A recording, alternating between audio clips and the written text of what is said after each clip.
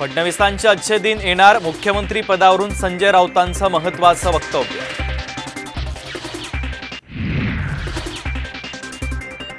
राज्यात भाजप एकट्याने निवडणूक लढवणार, भाजप संघाच्या बैठकीत निर्णय। जितेंद्र आव्हाडांचा ट्विटरद्वारे दावा, तर अजितदादा शिंदे गटावरही साधला निशाणा।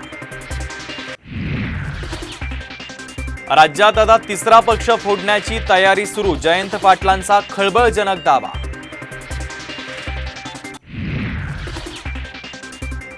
कोरोना काळातील सर्वाधिक टेंडर घोटाळेबाज शिंदे गटातील खासदार संजय राऊतांचा दावा।